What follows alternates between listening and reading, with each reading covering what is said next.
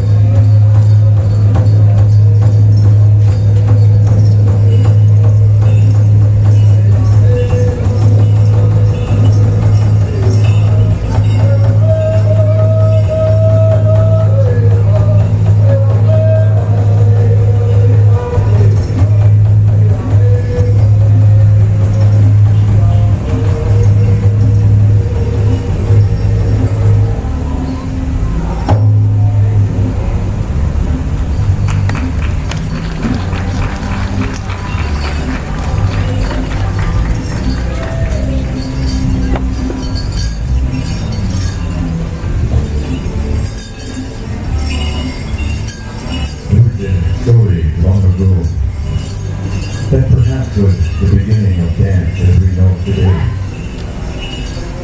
A hunter one day had wounded a deer, and noticing the freshness of the blood in the tracks, he continued his trek and followed this deer. The deer, of course, not knowing any boundaries, happened to venture into enemy territory. Soon a warrior, in protecting his land, happened to come across the tracks of the deer, the blood of the enemy. He followed this hunter, and they soon met in a small field, and they prepared themselves for battle. A warrior will gather their blessings from Mother Earth. He will challenge, what we say, the warrior dance, the lance, and shield dance.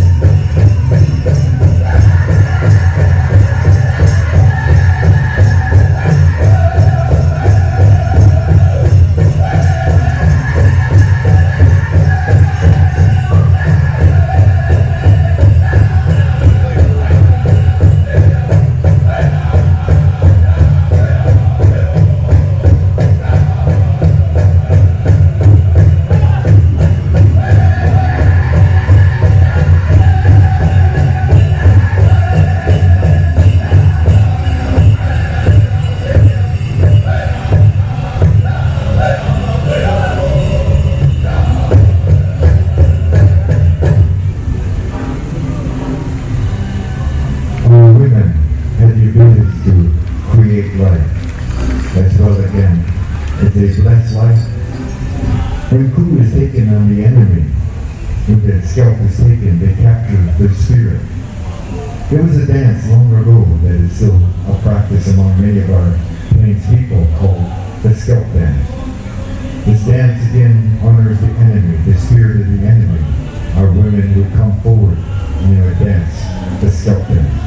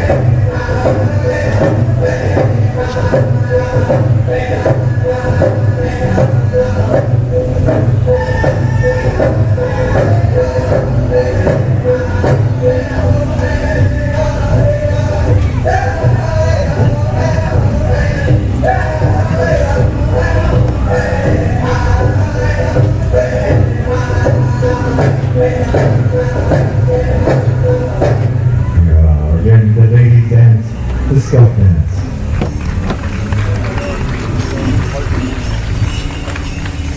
To the Northern Plains people, when a warrior had gone into battle on horseback, if he was able to touch Ku, to touch the enemy, or capture his spirit, it enabled him to become a member of what is called the Horsetail Society.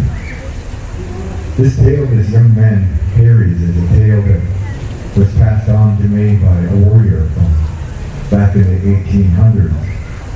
Came from a war back in the 1880s. And the single most thing that he told me was to carry on this tale, to carry again the blessings of the warrior. Notice again the dancer will imitate the actions and movements of a horse. This is the warrior dance of the Northern Plains, the Horsetail dance.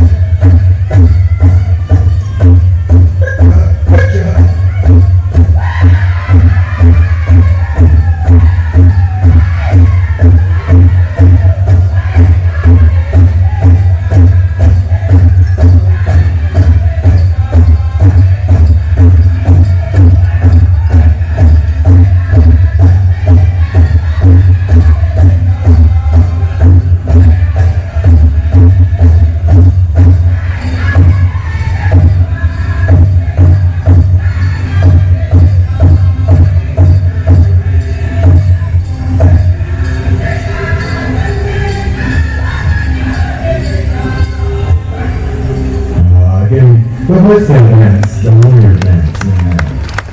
Thank you. At this time, I'm going to introduce each of these performers, dancers, champions. They're going to explain a little, perhaps, the history, the origin of each of these particular styles of dance. And again, audience, we look at the footwork, the degree of difficulty, the smoothness, the beauty, as each of these individuals keep in time with the beat, the song, and the drum. First of all, I'd like to introduce a very beautiful young lady hailing to us from San Domingo, the Coca people. I'd like to introduce Miss Raven Sanchez, a champion dancer over the years, and very proud of her. She traveled the Northern Circus, made the power to run the country, and it brought a lot of honor back for her family and her people. Again, the gracefulness, the beauty, what we call the shawl dance. The shawl dance originated back in the early 1960s among the Fort Berthold people. Again, learning from looking and watching the young men, fancy dancers, capture their style, their footwork, their speed, most importantly, the smoothness. It took a number of years to gain acceptance, and about 5-6 years, and soon people came to accept it as a form of dance. Normally before that, women were rather more stoic, stood in the corner and the side, and so women's lib came to Indian country about, again, the early 1960s. That's what you see here today. I'd like to again credit the Fort Berthold people of North Dakota for bringing this dance to our arena. So again, we want to feature at this time, and let's welcome her with a big round of applause for their beautiful Miss Raven Sanchez, the Ladies Fancy Shawl.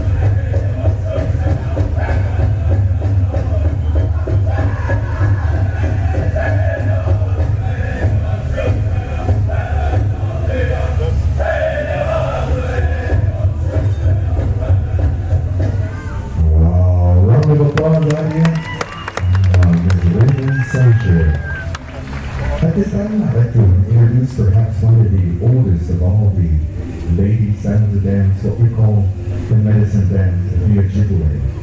Back in the 1830s, there was a time of sickness and famine among the people of the Ojibwe, the Great Lakes region. One of the elderly ladies had gone out and saw a vision to help her people, to save her people. She was instructed on how to make this dress and the use of metal. To many of the native people, the cultures across the Americas, things that were considered shiny and sharp, such as mirrors and knives, things that you see on the regalia by both the men and the women, were a form of protection, is still a practice today. This very beautiful lady is a champion. We're very proud and very honored that again she honors what they call the medicine dance, the Ojibwe dance. So again, let's welcome again Miss Amber Pacheco, what we call the Jingle Dress dance. Oh.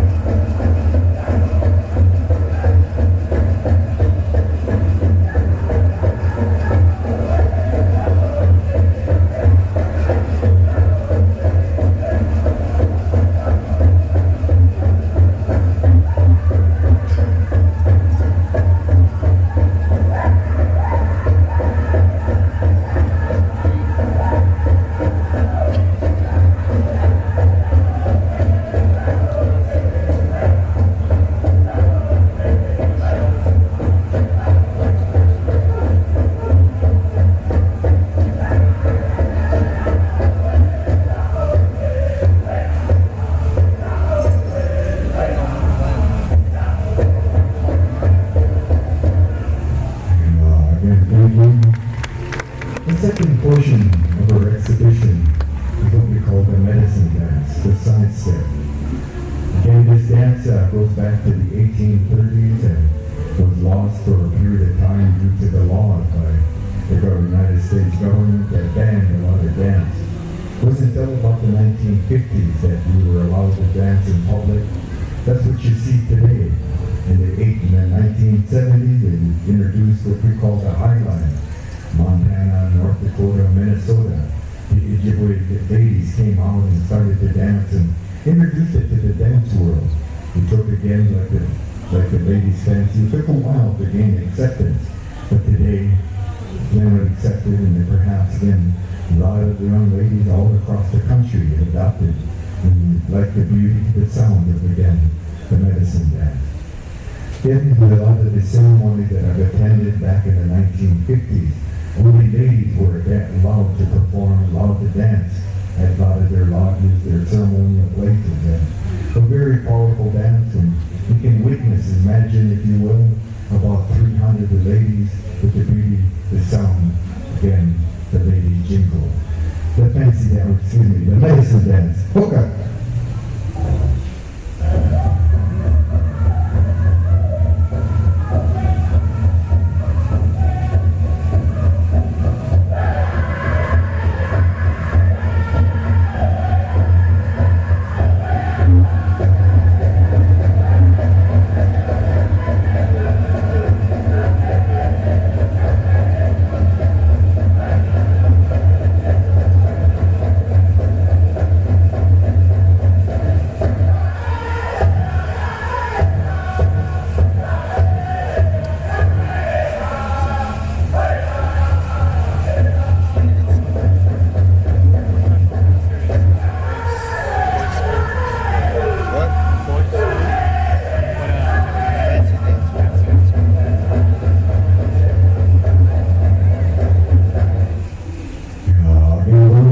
Audience, the words of the very beautiful Ms. Lula Pacheco from San Domingo, Pueblo, and the Dakota Nation. So we're very proud of this young lady.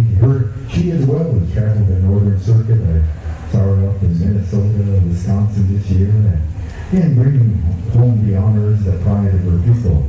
At this time, I'd like to feature a young lady and just kind of join the group. I've been watching this lady, a young lady, over the last few years. And gone up from the junior categories, soon to become the teen categories. I'd like to introduce Miss Danae Anton, again, a very beautiful, what we call the traditional dance of the lady. Prior to the 1950s, women only danced on the outer perimeter, the outer side of the arena, and supported the return of their warriors. Became, again, as many of the different nations around the country started adopting the lady dance, and women started to come into the circle. At this time, we'd like to feature again a very beautiful young lady, again, Miss Danae Anton, what we call the ladies' traditional. Okay.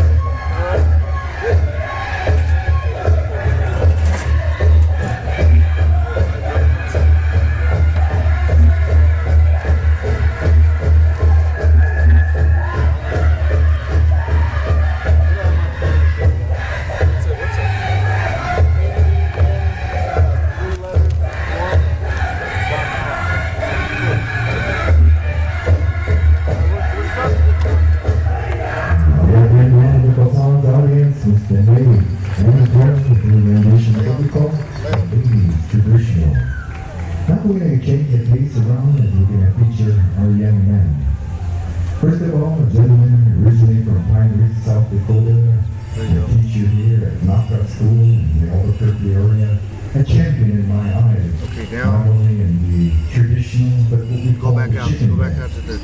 Today he's dancing a dance of the Blackfoot Confederacy, originating at the southern portion of Alberta, northern Montana. This dance was created around the time of when they had a lot of the summer season, when they had a lot of little the bit more. sun dances He's gonna during come some of their breaks. Some of the men would come on and taunt and tease the audience. Sometimes the dancers would go out and taunt again our young ladies that were out there. Thus creating what you see called the chicken Can you dance. put this? This prairie chicken dance, imitating an animal behavior dance, imitating the actions and the movements of the prairie chicken as it ruffles its feathers, and we say, in time of mating, mating season, Oh, I'd like to introduce at this time Okay, a that's champion good, that's dancer, well known also as a singer. Let's welcome to this arena with a round of applause again, Mr. Vaughn Stan. Welcome, Men's Chicken.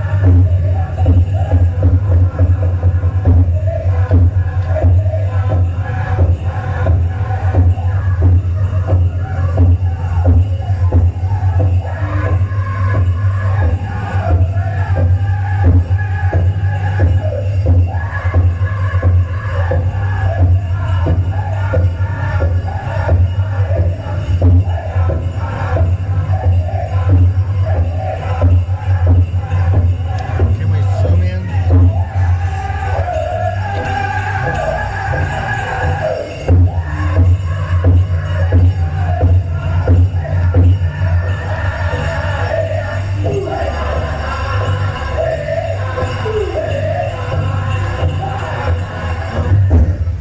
All right, let's hear it, audience. Beautiful. The animal behavior dance, the chicken dance. Next gentleman I'd like to introduce at this time, a young man that has grown from the junior category to the teen to the adult. A champion dancer in his own right, again, to many of us. I've watched him over the years, and now today capturing many titles around Indian country and many celebrations. Gentlemen, I'd like to introduce Mr. John Cummings with what we call the traditional dance, the story type dance. The bustles that you see on his back again reflect the warrior societies of long ago. The eagles and the birds of prey were the first birds that came onto the battlefield, thus creating the society that you see before you. Again, the feathers that are worn on top reflect the warriors, a brave deed perhaps seen in battle or taking coup of the enemy. We're very honored to feature at this time the many people again. Let's welcome this young man with a big round of applause, Mr. John Cummings, the men's traditional. Show me a story, man.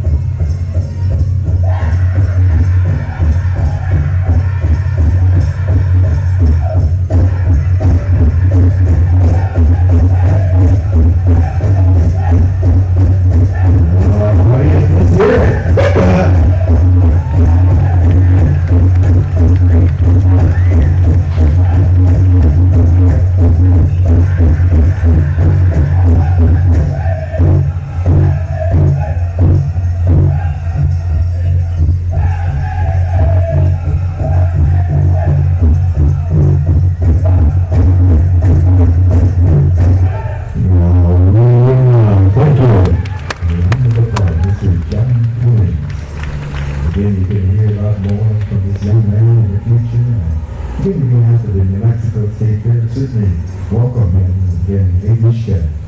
At this time, we're going to introduce to you perhaps one of the most spectacular ball the men's style of dance today, called the men's fancy.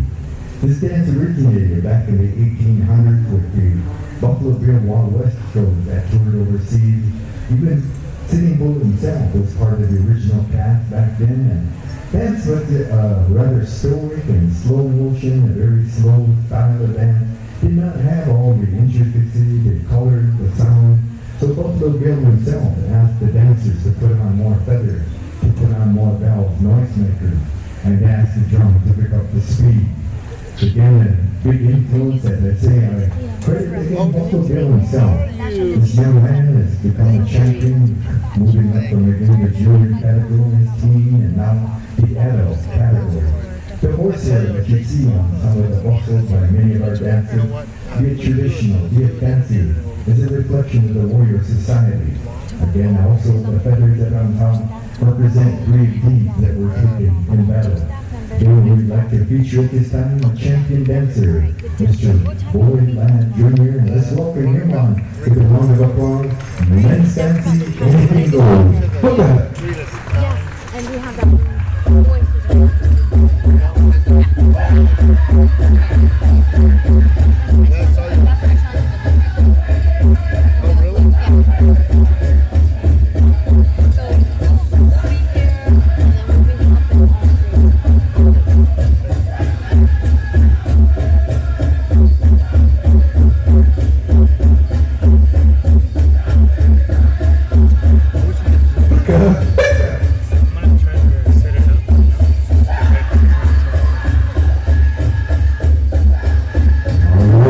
That's all you. Oh,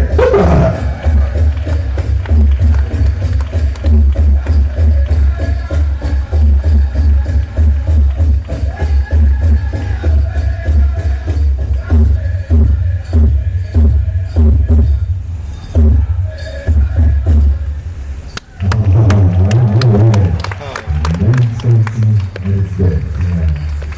At this time, we're going to change the pace around and we're going to get you, the audience, to come on out and join us in this last dance, a dance of friendship called the Room Dance. Prior into the 1950s, dance was not allowed, and a lot of the dances that were created around that time were reminiscent of a lot of what we call the white man styles of dance. A lot of the dance were turned into a lot of the churches and hidden from public eye. This was one of our social dances. It was a lot of fun. Music dancing. We'd like to invite everyone, a lot of our non-native friends, come on out and join yourself. It's a very easy, it's a simple side step, a dance of friendship. So, around that, we'd like to invite everyone. This will be the last dance. The Rainbow Experience. Want a corn dog, fried bread? Alright, so audience, The real experience. Come on out and join yourself. Once again, we go the Room Dance. You guys watch my Best. Which one is it? What is this? We'll watch it inside and out.